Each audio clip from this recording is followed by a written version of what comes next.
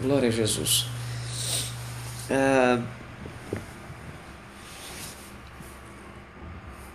Glória a Deus por essa palavra tão preciosa que Jesus nos deixou escrita dentro da Bíblia Sagrada.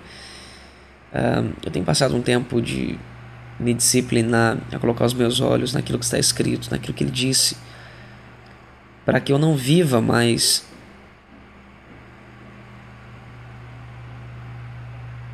uma vida fora e distante do que Ele é e de quem Ele é. Quanto mais nós colocamos os olhos no que Ele escreveu, mais nós acessamos aquilo que é espiritual e mais recebemos vida do texto. Desculpa, da boca de Cristo. Que isso aqui é Ele falando comigo. Até brinco com as pessoas quando estão junto comigo. Falo, rapaz, Paulo falou um negócio pra mim tão tremendo. Gente, Jesus acabou de me dizer uma coisa. Realmente, está escrito aqui, Ele está falando comigo. E eu tenho me disciplinado muito para permanecer com os meus olhos naquilo que está escrito. A palavra permanecer significa estar nele para não se tornar alguém diferente dele. Por isso que eu tenho disciplinado o meu corpo e os meus olhos, principalmente para estar naquilo que ele disse. Já faz alguns dias. E não perder isso nunca mais na minha vida em nome de Jesus Cristo. Que quanto mais você se afasta daquilo que ele disse, quanto mais você deixa de manter os seus olhos naquilo que ele falou, mais vulnerável você fica à contaminação do mundo. Quanto mais você convive dentro do mundo, mais as coisas que estão dentro do mundo começam a se impregnar dentro de você. Eu quero que você entenda que você está dentro do mundo, mas não é do mundo. Mas o fato de você estar aqui dentro significa que você está apto e completamente propício a se contaminar com as coisas daqui. A única forma de você ser limpo é pela palavra. Por isso Jesus Cristo diz, vós estáis limpos pela palavra que eu vos proferi. Se você não estiver escutando o que Jesus está dizendo continuamente, você vai se sujar. Jesus ele leva os apóstolos para poder ir no rio tomar banho. E naquela época eles tinham que ir muito longe para tomar banho. E quando eles vão andando. E levam um balde e vão tomar banho. Quando eles chegavam dentro do lugar, eles tomavam banho. Depois que eles tomavam banho, não tinha toalha, essas coisadas todas. Eles tinham que colocar os pés dentro da sandália e vinham andando de volta para casa. Só que era pó. Quando eles chegavam dentro da casa, depois de tomar banho, o pé deles estavam completamente sujos de barro, sujos de poeira. Aí era quando uma das pessoas, que era considerado o inferior daquele momento, pegava o balde com um pouco de água do rio e lavava os pés e lá sim secava como se fosse uma toalha. Foi o que Jesus fez quando Jesus lavou os pés dos discípulos. E Pedro olhou para ele e falou assim, Pedro olhou para ele assim, convém que laves também meus pés e minhas mãos. Jesus falou assim, não, querido. Convém lavar só os pés.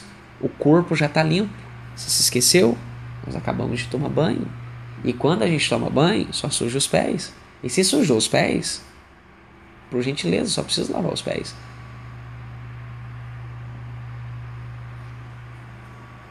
Por isso que quando lava-se os pés, o corpo já está limpo. Por quê? Porque você já tomou banho ali atrás.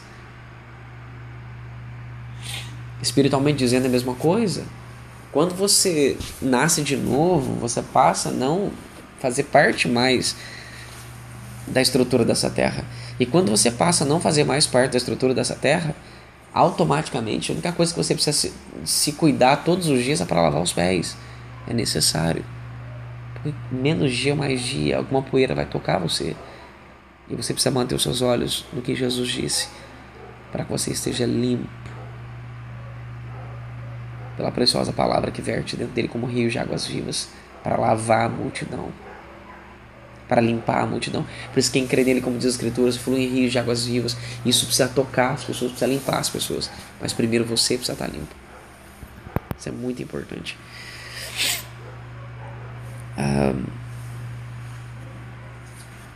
Uma das coisas que eu fico um pouco preocupado com as pessoas que fazem leitura da Bíblia Sagrada é que elas são instruídas por parâmetros e princípios teológicos. E esses parâmetros e princípios teológicos são perigosos porque eles não trazem a estrutura do Espírito de como se lê a Bíblia Sagrada. As pessoas elas não sabem nem como ler a Bíblia, elas têm o costume de ler pela alfabetização que elas receberam dentro da escola. pela estrutura acadêmica que elas receberam, para que elas possam entender e compreender o texto. Ou seja, elas não entendem o julgamento de um texto, elas não entendem que para você ter boas respostas, você precisa fazer boas perguntas. A Bíblia ela tem um jeito de trabalhar com você. A Bíblia ela tem uma estrutura espiritual que Deus estabeleceu dentro dela para que Ele fale com você. Jesus é um ser tão incrível que Ele é o único ser que eu conheço que responde sem responder. Ele dá uma resposta sem responder. Ele responde para todo mundo, mas não responde para todo mundo. Desculpa, ele dá uma resposta para todo mundo, mas não responde todo mundo. Por quê? Porque para você extrair boas respostas da Bíblia, você precisa fazer para ela boas perguntas. Quando você lê a Bíblia, você tem uma resposta. Mas para você ser respondido nas suas perguntas, você precisa fazer uma nova pergunta. E quando você faz uma nova pergunta, você está dizendo para o mundo espiritual e para Cristo que você crê que Ele está vivo, que isso aqui não é só um livro. Ninguém lê um livro fazendo pergunta para o livro para ver se o livro responde. Por quê? Porque o que está escrito já é a resposta. Mas a Bíblia Sagrada ela é diferente. A Bíblia Sagrada é Deus falando com você. Como é Deus falando com você? A partir do momento que você lê e tem uma resposta e pergunta para Cristo o que Ele quis dizer com aquela resposta, Ele te responde a sua pergunta. Porque Ele está vivo e a Bíblia é Deus falando com você. Precioso Jesus. Glória ao Eterno. Por isso é necessário que entendamos o que significa realmente o verdadeiro jejum. Mas antes de nós chegarmos aqui nesse texto que o Senhor Deus me mostrou, eu queria que você observasse a estrutura de leitura bíblica, que é importante, mas isso pelo Espírito, não por teologia. As pessoas quando leem a Bíblia Sagrada, elas entram num nível um pouco preocupante. Elas ficam felizes com o nível da assimilação. Ou seja, numa linguagem popular, ou seja, numa linguagem que todo mundo utiliza, errada, completamente equivocada, mas elas utilizam, o que acontece? As pessoas leem a Bíblia Sagrada e o fato de elas conseguirem assimilar o texto, ou principalmente as palavras do texto, elas já se sentem satisfeitas, como se tivessem entendido. Ou seja, elas começam a ler, estou entendendo. Só que essa expressão, estou entendendo, na realidade não é o entendimento do texto, e nem tão pouco a compreensão. Essa expressão, estou entendendo, é que ela está assimilando o texto, assimilando as palavras do texto. Não entendi. Pois bem, vamos lá. Imagina que você está lendo um texto em inglês, for English, e você não entende o que está escrito no texto. Por quê? Porque você não consegue nem assimilar as palavras. Por isso você não entende o texto, nem compreende. E Jesus, Son of God.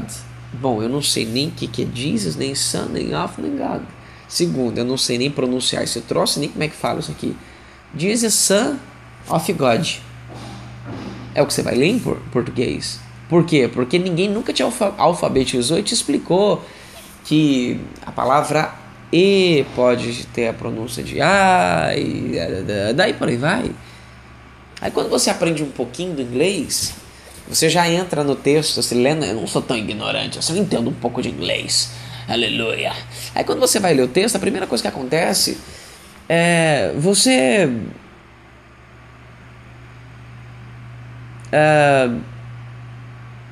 ficar feliz com a assimilação, ou com o assimilar das palavras. Você vai olhar para o texto, vai ver que a palavra work está ali. E quando você lê a palavra work, você, rapaz, está vendo aqui é trabalhar. E você já fica feliz por ter, pelo menos, entendido que você sabe a assimilação do texto. Só que você, na realidade, só pegou o nível de assimilação do texto, e não o nível de compreensão, e muito menos nível de entendimento, que é onde produz as revelações. Desculpa, onde se extrai as revelações. Você entende? É aqui que é o ponto crucial.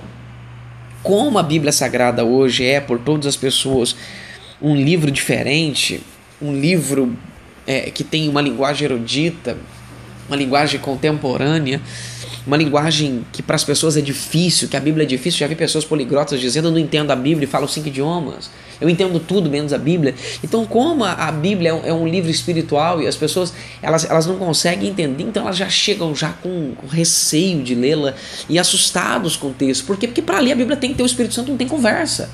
E como as pessoas, na maioria das vezes, elas não têm o Espírito Santo, e elas vão ler a Bíblia Sagrada e elas se sentem ignorantes ao ler a Bíblia Sagrada, então para elas não se sentirem inferiorizadas, diminuídas, elas já chegam com semi-arrogância e não, eu entendo o texto. E bate o olho, então vieram os discípulos, nessa linguagem eu entendo, que isso, ó, você vê os discípulos para quem seguia Jesus vieram, porque estavam chegando próximo de Jesus e dizendo: por que jejuamos nós, os fariseus, muitas vezes, mas os teus discípulos não jejuam? Tá vendo? Jejuar, ficar sem comer, cara. Entende? Ou seja, as pessoas elas trabalham a nível de assimilação. Como eu consegui assimilar isso aqui? Ou seja, como eu entendo as palavras, eu acredito que eu estou entendendo o texto. E eu fico preso no nível da assimilação. E eu chego no máximo no nível da compreensão. Compreender, queridos, o que significa compreender? Compreender é ter o entendimento de uma das partes de todo um texto. Quando você entende um pedacinho de 10 partes, você compreendeu. Agora, quando você entende os 10 pedacinhos que formam um inteiro, aí você entendeu. Você consegue entender isso? Isso é muito importante. Então a pessoa, quando ela está lendo o texto, aí vem a dificuldade dela, porque ela lê o texto, assimila as palavras e cria a falsa sensação de que entendeu o texto. Aí é a hora que entra naquela parte que eu te disse. Você enxerga um Jesus que responde sem responder. Jesus, você lê aqui, ó, é uma resposta lá. Respondeu-lhe Jesus: podem estar tristes os convidados para o casamento enquanto o noivo está com eles? Dias, porém, virão em que o noivo lhe será tirado, e nesses dias jejuarão. É uma resposta, não é? Mas você entendeu a resposta? Não. Não entendeu. Mas é uma resposta. É uma resposta que não responde nada. Para quem está a nível de assimilação e para quem está a nível de compreensão. Existem respostas que são dadas a nível de compreensão, já são fortes. Mas existem a resposta que é dada a nível do Espírito, que te produz vida. Por isso ele diz que as palavras dele são Espírito e vida. Agora, se você não fizer pergunta para o texto, você vai ficar enlouquecido. Primeira pergunta que eu faria aqui. Bom, Jesus está falando, o pessoal está falando de jejum. Jesus quer falar de tristeza, de casamento. E quando alguém tira alguém, tem a ver isso com jejum, meu Deus do céu. A única coisa da resposta de Jesus, no versículo 15, com a pergunta dos discípulos de João e os fariseus, com a pergunta dos discípulos de João, é a última palavra: jejuaram. Só isso. Mas nada tem a ver. Isso. Por isso a necessidade de fazer boas perguntas para extrair o texto. Torna a repetir uma vez mais. Se você não fizer boas perguntas, você não vai ter nunca boas respostas. Deus escolheu uma forma de nos relacionarmos com o texto. E para isso nós precisamos fazer boas perguntas. Dentro desse texto, Deus me falou umas coisas tremendas aqui que eu gostaria de compartilhar com vocês. Primeira coisa importante. Eu vou tentar ser breve, tá? Então vieram os discípulos de João, dizendo: por que jejuamos nós, os fariseus, muitas vezes, mas os teus discípulos não jejuam?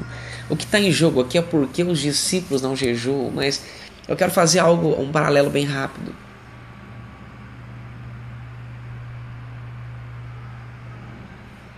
Leve em consideração duas coisas. Primeiro, quem está perguntando? Quem está perguntando aqui são os discípulos. Discípulo de quem? De João. Quem é esse João? Esse João não pode ser o apóstolo. Por quê? Porque o apóstolo ainda nem é discípulo direito. Entende? Segundo, se ele não é nem discípulo direito, quanto menos mestre. Terceiro, esse João é o Batista. E esse João Batista, ele estava preparando o caminho para Cristo. E agora os discípulos dele, que ainda não são de Jesus, por causa do tempo histórico, eles estão com dúvida, porque o mestre que João disse que é maior do que ele, está fazendo algo diferente do que ele. Agora nós estamos com sérios problemas. Agora a pergunta é, João Batista ensinou algo diferente que Jesus? Possivelmente não. Mas você precisa guardar uma coisa no seu coração, que quando nós nos encontramos com Jesus, nós nos encontramos com Ele, mas não abandonamos as velhas práticas. O fato de nascer de novo não significa que sua mente mudou. Significa que a sua estrutura mudou. Antes você não tinha poder para dizer não, agora você tem poder para dizer não, mas o problema é que você não quer dizer não porque você ainda gosta de fazer aquilo. Quando dizemos sobre pecado. E esse é um dos problemas cruciais. Os discípulos de João estavam agora andando com João a caminho de Cristo, mas permaneciam com as mesmas práticas dos fariseus. Repara para você ver que o mesmo jeito que os fariseus jejuavam é o mesmo jeito que os discípulos de João jejuavam. Eu gostaria só que você pensasse um pouco no que eu vou dizer de uma forma bem breve.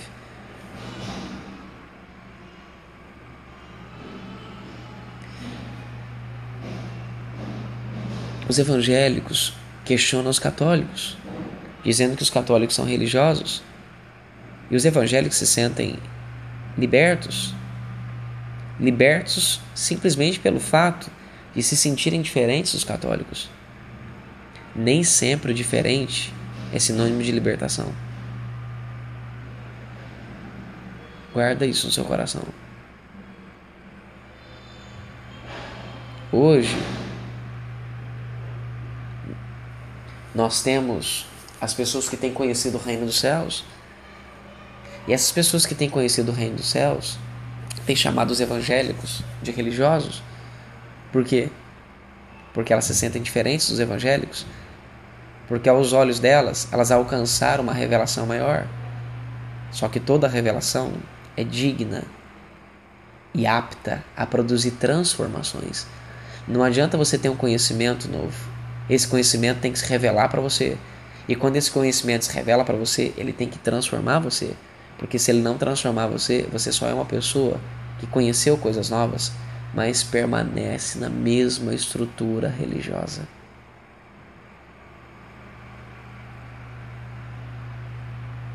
Os católicos adoram Maria. Os evangélicos adoram pastores. Os católicos servem a Maria. Os católicos confiam em Maria. Os evangélicos servem as riquezas e confiam no salário no final do mês. Qual a diferença? Não muda nada. As pessoas que conhecem o reino dos céus, estou dizendo de quem conhece, não estou falando de um cidadão do reino dos céus, estou falando de quem conhece. As pessoas que conhecem o reino dos céus começam com uma nova linguagem. É porque o reino de Deus tem que vir à terra, que venha o reino e por aí vai. A diferença do evangélico de um católico também é o crentez. O evangélico, quando ele deixa de ser católico, a primeira coisa que ele começa é: o sangue de Jesus tem poder, queima ele Jesus, e várias frases evangélicas de impacto. Ou seja, por que mudaria um religioso de atitude, sendo que a estrutura dele não mudou? Quando ele deixou de ser católico, a única coisa que ele fez foi mudar a linguagem. Ou seja, sangue de Jesus tem poder. Agora que ele deixou de ser evangélico para ser uma pessoa do reino, a única coisa que ele mudou também foi só a linguagem. E é isso que me preocupa. A linguagem muda, mas a atitude não. A linguagem muda, mas a estrutura não. Hoje ele fala sobre o reino de Deus veio, o reino de Deus está aqui, mas literalmente com todas as letras, as atitudes continuam as mesmas. No capítulo 14, nós lemos: então vieram os discípulos de João dizendo: por que jejuamos nós? E os fariseus muitas vezes.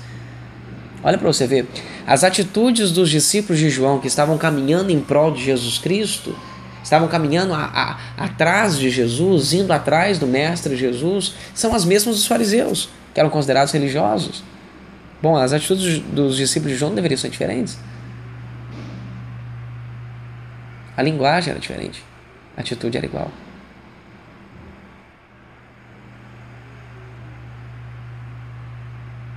Os evangélicos fazem as mesmas coisas que os católicos, porém são um pouquinho diferentes.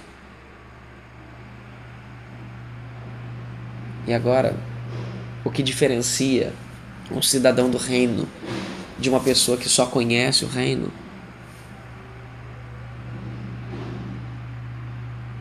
são as atitudes. Numa linguagem mais moderna, imagine uma pessoa que segue a Jesus e imagine uma pessoa que tem o Twitter de Jesus. A pessoa só lê o que Jesus disse no Twitter. Ela só vê as fotos de Jesus, só vê o que Jesus está fazendo, mas não anda com Jesus, não vive com Jesus, não sente o cheiro de Jesus, não passa as dores de Jesus. Como disse Paulo, eu quero conhecer a dor da sua crucificação. Você entende? É estar com Jesus sem compromisso. Ter conhecimento de Jesus não é ter responsabilidade e compromisso com Jesus. Completamente diferente. A primeira coisa que você precisa observar e tomar bastante cuidado é justamente isso. Para ser um cidadão do reino dos céus, as suas condutas têm que ser diferentes. Eu tenho observado em Jesus Cristo com todas as letras que a única forma de algo mudar é existindo mudança nas atitudes dessa estrutura. Por exemplo, se eu estou dentro, a minha vida, para ela mudar, para eu ter mudança de vida, eu preciso mudar de atitude. Se as minhas atitudes não mudarem, eu não vou ver mudança de vida e ninguém vai ver mudança de vida em mim. E é justamente isso que Jesus está ensinando aqui no texto.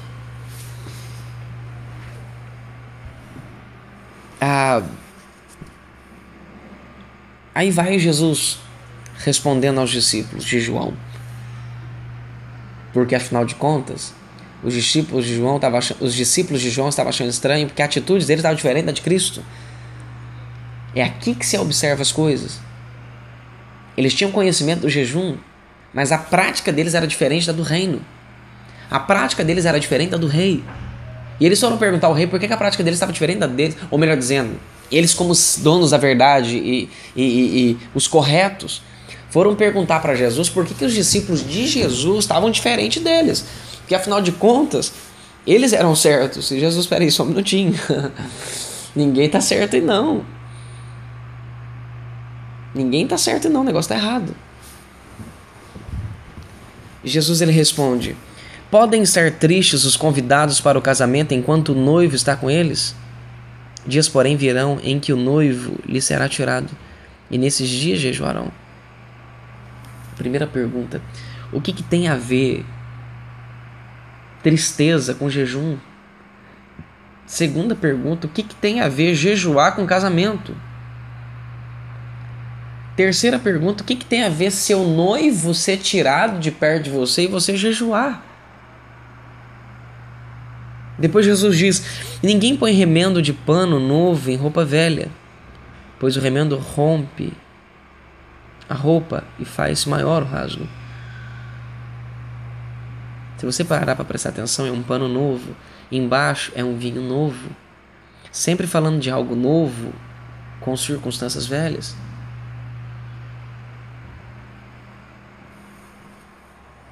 Sabe o que é o engraçado? Se a estrutura ela é velha e você quer mantê-la velha, tudo que você precisa fazer é se alimentar de coisas velhas. Se você quiser destruir aquela estrutura velha, a primeira coisa que você tem que fazer é se alimentar de coisas novas. Quando você se alimentar de algo novo, automaticamente você vai destruir a estrutura velha. Porque o que é novo produz o que é novo. O que é velho produz o que é velho. Nada que é velho pode produzir o que é novo. Pode gerar algo novo. Absolutamente nada. Você poderia pensar num homem velho produzindo uma criança nova. Se você parar para prestar atenção, um homem de 60 anos não pode ter filho mais. É praticamente impossível um homem de 60 anos, de 80 anos, pronto, bem velhinho, conseguir ter um filho. Ele já não consegue produzir algo novo mais. Uma mulher de 80 anos é incapaz de gerar uma criança, porque ela não consegue. Então a única forma de você destruir uma estrutura velha é colocando algo novo sobre ela. É a única forma.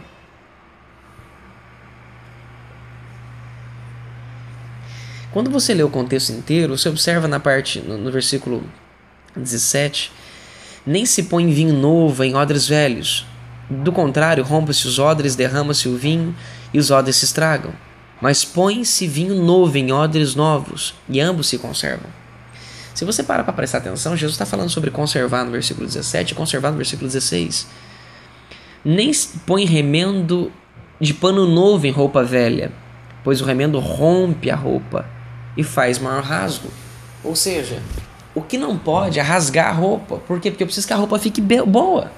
E para eu deixá-la boa, eu não posso colocar remendo novo dentro dela. Ou seja, eu preciso conservar essa roupa. Agora vem um ponto. O que tem a ver jejum com estudo? Jesus está dizendo para eles, queridos,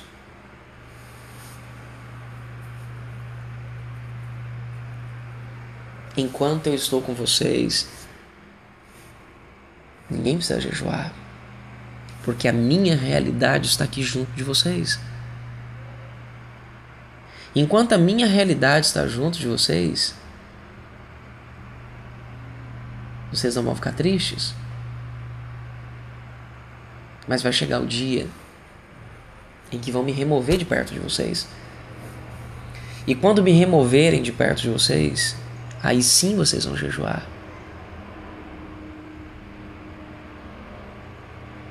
Porque o jejum, ele vai trazer de volta a minha realidade.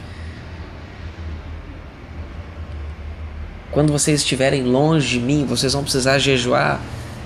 Porque quando vocês começarem a jejuar, vocês vão começar a romper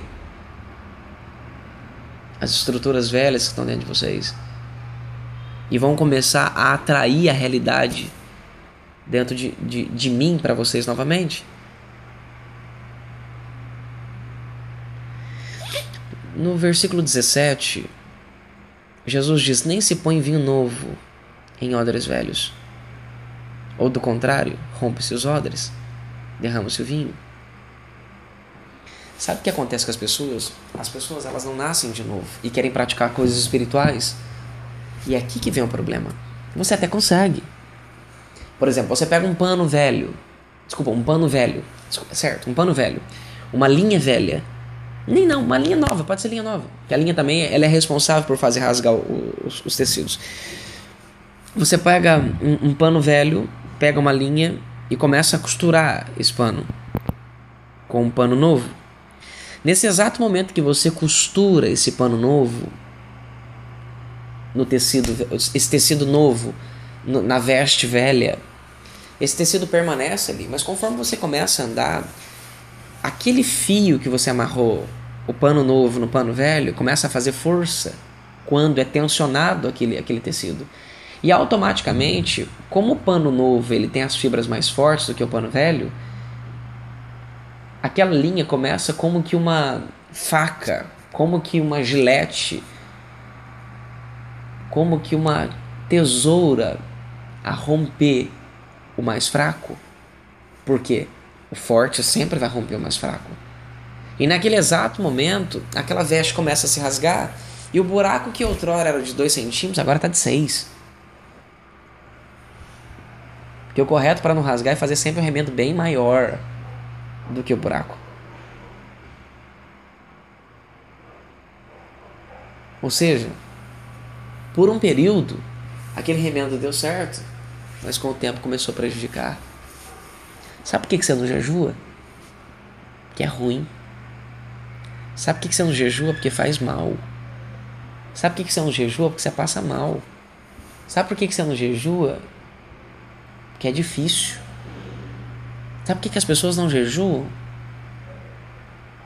Que dói. É complicado. É por isso que as pessoas não jejuam. Porque não tem como pegar uma atitude espiritual de uma nova criatura e tentar aplicar ela dentro de uma velha criatura. Jesus está explicando que jejuar é importante para atrair de volta o noivo. Que jejuar é importante para que a tristeza vá embora, porque a tristeza só vai embora na presença de Deus. A tristeza na presença de Deus tem que saltar de alegria, mas a tristeza sem a presença de Deus não vai saltar de alegria. Quando você está perto do noivo, você está seguro, você vai ficar triste com o quê? Medo do quê? Se ele está perto de você. Repara que quando você está bem com Deus, você não tem medo de nada, você não tem pavor de nada, você crê em tudo, mas quando ele está longe de você, você não sente nada. Além de medo, tristeza e angústia. Aí vem o problema crucial. Aí vem a complicação crucial. Você entende? Mas quando o noivo é removido, ou seja, quando você perde a realidade dele perto de você, quando a realidade dele é removida de perto de você, você precisa automaticamente começar a jejuar. E quando que você descobre que você precisa jejuar? Quando a tristeza chega. Quando o medo chega. Quando você não sente que você está perto dele. É quando a realidade dele vai embora. E quando a realidade dele vai embora, a primeira coisa que você tem que fazer correndo é começar a jejuar para que a realidade dele volte. Só que aí ele dá um toquezinho bem clássico. Ele falou, querido, olha, não vai funcionar o jejum se você for uma velha criatura. No começo vai funcionar porque precisa funcionar. Porque você não precisa atrair minha presença. Você não precisa atrair minha realidade, que é muito maior do que a presença. Por exemplo, a diferença de presença e realidade. A presença é a luz da lâmpada que toca a sua pele. A realidade é a própria lâmpada. Entende? A lâmpada pode estar perto de você. O que está tocando sua pele não é a lâmpada. O que está tocando sua pele é a luz da lâmpada. Agora, pegar a lâmpada e colocar sobre sua pele, você vai sentir o calor dela aquecendo sua pele. Ou até te queimando. Essa é a realidade. E aí o que acontece? Por que o remendo funciona no começo e depois rasga? Porque ele tem um período que ele precisa funcionar. Se é o jejum que atrai a realidade, como é que Jesus fala que o remendo não pode ser colocado em odre novo? Desculpa, o remendo não pode ser colocado, em um pano velho. Por quê? Não pode, porque vai rasgar. Mas por um período funciona. E por que por esse período funciona? Porque é o período que você precisa para nascer de novo. É o período que você precisa da realidade de Cristo para nascer de novo. Aí você não quer nascer de novo. Você só quer a realidade dele, ou seja, você só quer o conhecimento, você não quer o compromisso. Você só quer as benfeitorias de Cristo, você não quer mudar de vida. Você só quer o que ele tem para oferecer, você não quer ser um cidadão do reino. Você não quer o batismo de angústia, você não quer viver com ele de verdade, você não quer viver as dores dele. Você acredita que o evangelho é só bem-estar, bem-estar, bem-estar. Pois bem, a realidade vai embora de novo. Aí você vai acreditar que Jesus é um Deus de metodologias, então vamos jejuar de novo, porque agora ele volta. Só que agora ele não vai voltar mais. E não vai ser tão simples para que ele volte. Só que existe um preço para jejuar. E a pessoa, quando ela não tem um odre novo, quando ela não tem uma nova natureza, quando literalmente ela não tem uma nova natureza, ela não suporta as pressões de jejuar. Ela jejua 20 minutos e acha que está jejuando demais.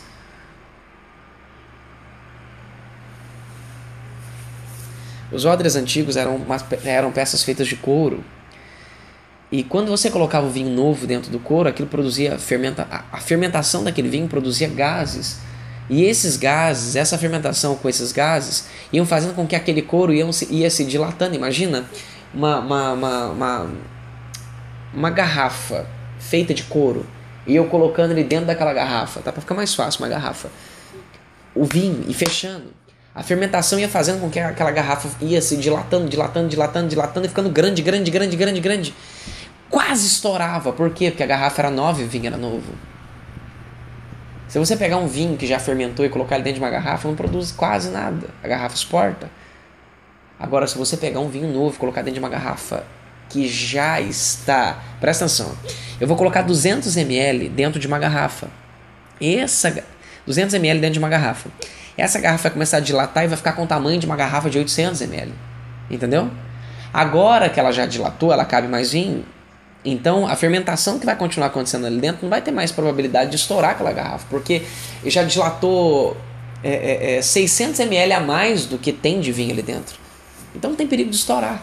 Ou seja, o espaço que tem ali dentro é o suficiente para os 200 ml que produziram uma fermentação que dilatou para 800 ml. Ou seja, os 200 ml que estão ali dentro junto da fermentação, ou seja, os gases que estão ali dentro, não tem mais condição de dilatar mais aquela garrafa.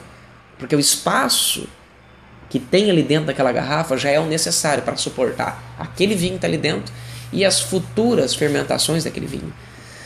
Agora, se eu pego uma garrafa de vinho, ou seja, feita de couro, que já foi fermentada, e coloco 800 ml lá dentro, que é o que cabe, a garrafa vai estourar.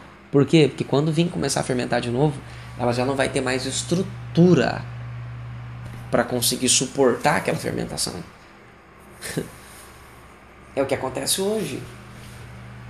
Quando você jejua a primeira vez, você até aguenta, porque seu organismo físico consegue ficar sem comer. E como você está tentando acertar a espiritualidade, vem a realidade de Jesus Cristo e te capacita a conseguir um pouco mais.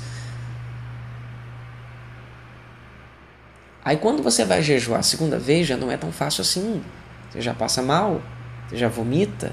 Por quê? Porque quando você jejua, essas sensações de passar mal que você está passando fisicamente, explicando e cientificamente explicando, é a desintoxicação do corpo. Jejuar faz bem, naturalmente, sem precisar ter nada espiritual. Por quê? Porque quando você fica sem comer alguma coisa, com um pouquinho da realidade de Jesus Cristo, você começa a se desintoxicar. Por isso que você passa mal, dá vertigem, você vê tudo escuro. Isso não é demônio, não, isso é ciência.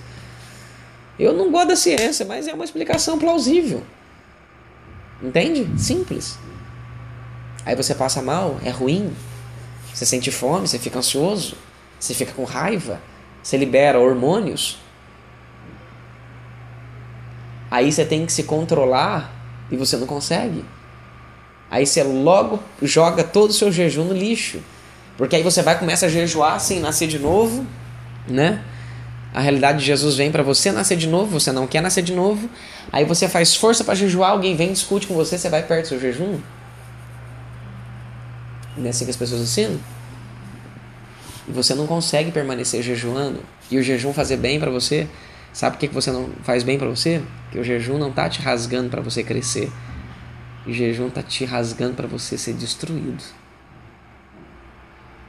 Porque aquilo que vem do reino dos céus produz vida em quem faz parte do reino dos céus, mas produz morte em quem não faz parte do reino dos céus. O fogo de Deus queima o lixo na vida do cidadão do reino, mas o fogo de Deus consome aquilo que não faz parte do reino dos céus. O fogo de Deus consome o pecado não faz parte do reino, mas não consome o cidadão. Pelo contrário, o cidadão ele limpa, faz ele crescer. E é aqui que está o ponto crucial.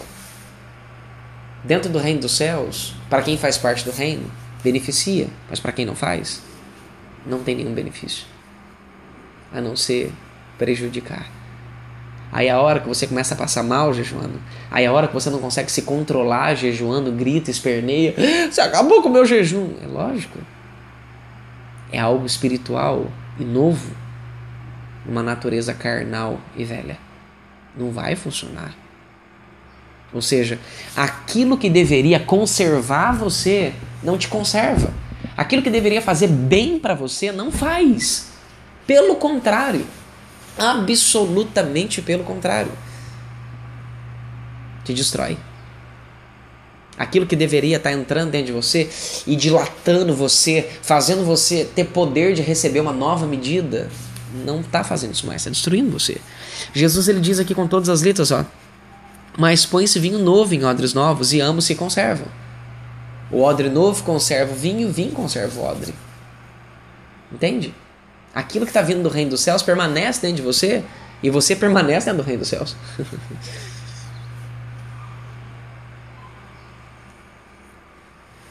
Por isso que o conselho de Cristo foi esse. Por isso que ele disse, seja um pano novo, que se rasgar, Basta colocar um pedaço de pano novo aí dentro e tá tudo certo. Não vai rasgar mais. Pastor, não imagina, pastor, rasga a roupa nova e você vai e coloca um pedaço de pano novo. Deus não trabalha com remendo não, pastor. Ah, não trabalha com remendo não? Você acha que faz roupa de que jeito, meu querido? Você acha que faz roupa de que forma?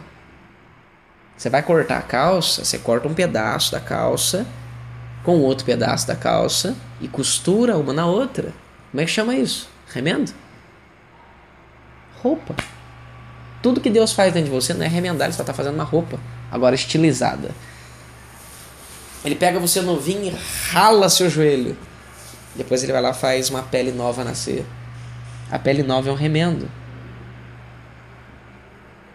Só que esse remendo é tão perfeito que faz parte de você e ninguém consegue mais remover aquilo. Ou seja, o buraco que foi feito por ter ralado a roupa nova, agora recebe uma estilização dos céus, uma coisa chique. E agora ele costura aquilo ali.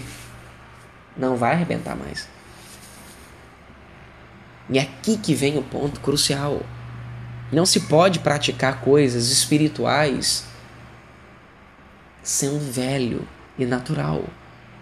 Por isso que hoje a igreja tem que parar de lutar para deixar de ser natural, carnal para ser espiritual. Está na hora de chegar ao ponto de ser sobrenatural. Mas para isso você tem que deixar de ser carnal para ser um ser espiritual. Para depois de ser um ser espiritual se tornar um ser sobrenatural. Não adianta querer viver o sobrenatural se nem espiritual se é ainda. Não adianta. Por isso a necessidade de mudar.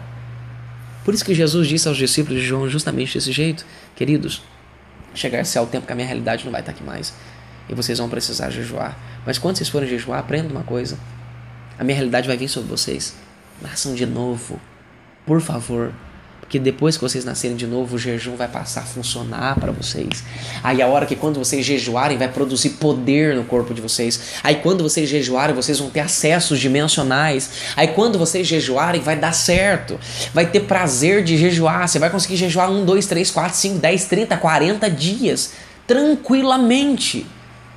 O jejum não vai fazer você passar mal. O jejum não vai fazer você ter dor. Eu lembro que eu pegava a panela assim. É normal, quando você vai jejuar, o povo faz churrasco, o povo faz comida boa, faz salpicão, faz um bocado de coisa. É gostoso. É comum fazer isso. Quando você está jejuando, as pessoas decidem fazer boas comidas. Mas eu lembro de um dia que eu jejuava, eu tava com a fome, aquela coisa, meu Deus, que fome, meu, luta terrível. Gente, um certo dia eu fui jejuar. E não fez diferença. Eu olhei para a comida e falei, eu não troco a comida por Jesus de jeito nenhum. Jesus para mim é muito melhor que a comida. E eu comecei a prestar atenção que eu não estava sentindo fome quando eu jejuava. E eu passava 1, 2, 3 dias sem sentir fome. Às vezes eu sentia meu estômago para fazer isso aqui, mas eu não estava sentindo fome. Jejuar não é passar fome. Jejuar é jejuar. Se você está passando fome, ou se você está sentindo fome, é porque você não está jejuando. Jejum é uma atitude espiritual, não é uma atitude natural. Nenhum corpo consegue ficar mais do que 15 dias sem comer. Nenhum. Absolutamente não consegue. Aí eu comecei a prestar atenção que o jejum começou a ficar poderoso dentro de mim. Aquilo começou a produzir muita vida dentro do meu espírito. Coisa que outrora não produzia, só produzia fome. Por isso que quando a pessoa jejua e é uma nova criatura, e ela está lutando para mudar de vida todos os dias, ela consegue conversar com pessoas, e quando a pessoa vem, por exemplo, instigar ela, tentar irritá-la, ela tem mais força no jejum para conseguir falar com a pessoa. Ela descobre que quando é jejum ela fica mais sensível. Muito mais sensível do que outrora. Porque o jejum tem essa capacidade de produzir isso. O jejum tem a capacidade de te dar acesso dimensional. O jejum tem o poder de desatar o poder de Deus sobre o seu corpo. Para quem nasceu de novo. Agora você está tão preocupado às vezes com o poder de Deus que você quer jejuar por causa do poder? Esquece. Você não vai ter poder. Se você quiser poder, você precisa ter ele primeiro. Se você não tiver ele, esquece. Eu acho engraçado. Eu preciso honrar esse precioso homem de Deus.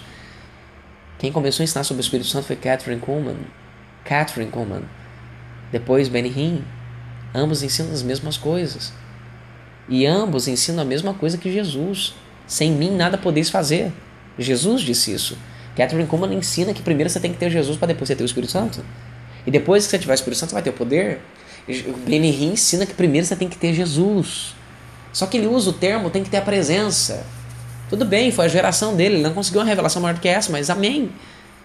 A presença que ele está falando é de Jesus. Primeiro você tem que ter Deus, para depois você ter o poder de Deus. Hoje eu acho engraçado.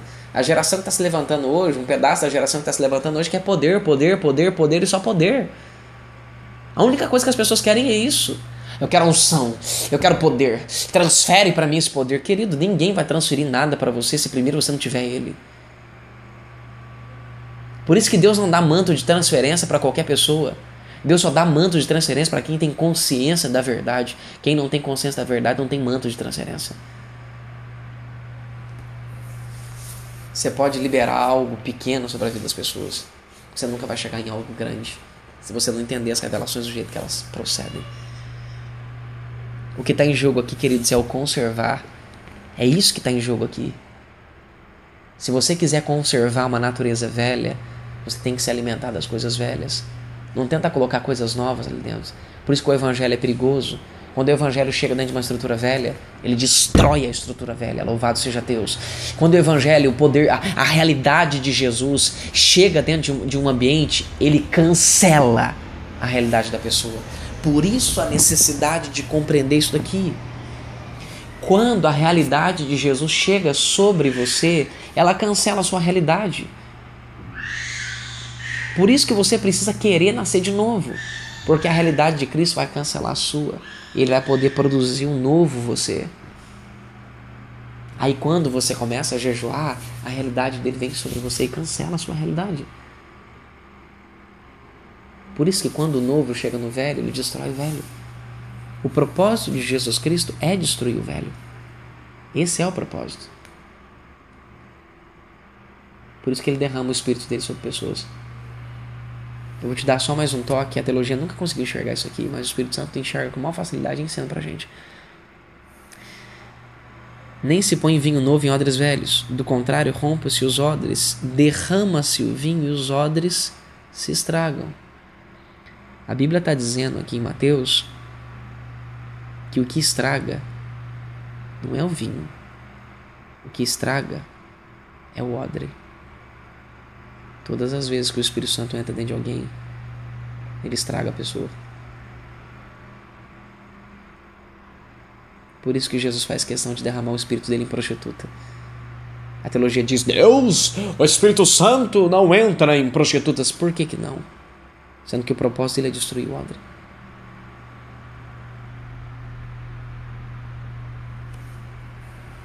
Velho, para que seja construído um odre novo. A primeira coisa que você vai fazer é buscar a realidade dele. Se ele não encontrar a realidade, se ele não vê que você quer mudar e ele escolheu você, tenha uma certeza, ele vai destruir sua vida natural para te dar uma vida sobrenatural e espiritual. Se você não é escolhido por Jesus Cristo, você não vai experimentar isso aqui que eu estou te dizendo. Agora, se você é escolhido por Jesus Cristo, ele vai fazer questão de te levar a um ambiente onde ele vai derramar o Espírito dele dentro de você e vai destruir com a sua vida. Você nunca mais vai ter prazer completo em fazer sexo. Você nunca mais vai ter prazer completo em usar droga. Antes de conhecer Jesus, usar droga era maravilhoso. Agora, usar droga é bom, mas ao mesmo tempo é ruim, porque você sabe que vai te levar para o inferno, a polícia vai te prender, vai começar a acontecer coisas horríveis com você. Você nunca vai gozar de uma alegria completa fazendo as coisas do mundo depois que Jesus te tocar. Porque o propósito dele justamente é esse. O vinho só vai ser derramado. Não está dizendo que ele vai estragar aqui. Pastor, vamos ser insensatos, né, pastor? Pelo amor de Deus. Se o vinho derramar no chão, o vinho não estraga? Primeira coisa que eu e você temos que ser sensato. O Espírito Santo não é ignorante ao ponto de não escrever o que ele quer. Será que ele seria ignorante de dizer que o odre vai estragar? Ele não poderia dizer que ambos se estragariam aqui em Mateus? Mas por que ele disse que só um estraga? E os odres se estragam. Ele não disse o vinho e o odre estraga. Ele poderia dizer, então, que é mais fácil o vinho estragado que o odre. O odre só rompeu, você pode costurar ele. O vinho caiu no chão, não tem como costurar o vinho e nem tampouco reutilizar ele. Ele poderia dizer: nem se põe vinho novo em odres velhos, porque do contrário, rompe-se os odres, derrama-se o vinho e o vinho se estraga. O que vai estragar aqui na realidade é o vinho. O odre tem como costurar ele, o vinho não tem como pegar, já que você quer usar uma leitura natural. Mas não é isso que ele quer dizer. O que ele quis dizer, ele disse: os odres se estragam, mas põe vinho novo em odres novos e ambos se conservam. O derramado do Espírito hoje é constante. Constante. E ele constantemente tem derramado o Espírito dele sem limites e sem medida. Ele derrama sem medida. Uma porção desse derramamento vem sobre a pessoa e destrói o odre dela, das que ele escolheu. Eu vou soltar aqui para nós finalizarmos essa meditaçãozinha aqui, uma frase que o Espírito Santo me disse durante muitos anos. Eu tenho lutado, alguns anos, não faz muito tempo que eu estou com ele, mas alguns anos eu tenho lutado contra essa realidade e não tem mais jeito. Eu briguei com o Espírito Santo, com o Senhor Deus e com o Senhor Jesus, com o meu Pai, com o Senhor Jesus, teologicamente, emocionalmente, tudo quanto é jeito que você pode imaginar, para declarar para ele que ele estava errado. Um dia ele me disse, eu lutei contra pessoas que me diziam, pastor, existem os escolhidos e tal. E assim subconsequentemente.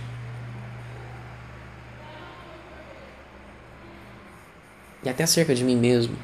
Deus te escolheu, pastor. Eu falei, Deus me escolheu. Deus escolhe qualquer pessoa que quiser e estiver disposta. Só que a minha história só narra e fortalece aquilo que eu estou explicando para vocês aqui agora. Existem pessoas que Deus chamou, existem pessoas que Deus escolheu. Eu já briguei com Deus teologicamente contra isso. Deus não é. O Senhor escolhe e capacita aqueles que o Senhor escolhe. Queridos, existem aqueles que Deus chamou e aqueles que Deus escolheu. Aqueles que Deus escolheu são diferentes daqueles que Deus chamou. Aqueles que Deus chamou vão trabalhar para Cristo do mesmo jeito, se eles aceitarem. Aqueles que Deus escolheu não têm escolha. Vai ter que aceitar. Aqueles que Deus chamou, escolhe se aceita ou não aceita. Aquele que Deus escolheu não tem conversa, vai ter que viver para Ele. Ou vive para Ele ou morre. Não tem conversa. Escandaliza o quanto você quiser escandalizar. Se eu tentar abandonar Cristo hoje, eu vou morrer. Ele não vai me deixar vivo.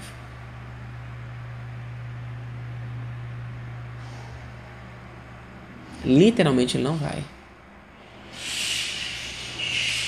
Se Deus te escolheu, tenha certeza de uma coisa. Ele vai atrás de você aonde você estiver. E não vai ter como você fugir dele. Deus o abençoe em nome de Jesus Cristo. Que Ele sempre seja louvado no seu bendito nome.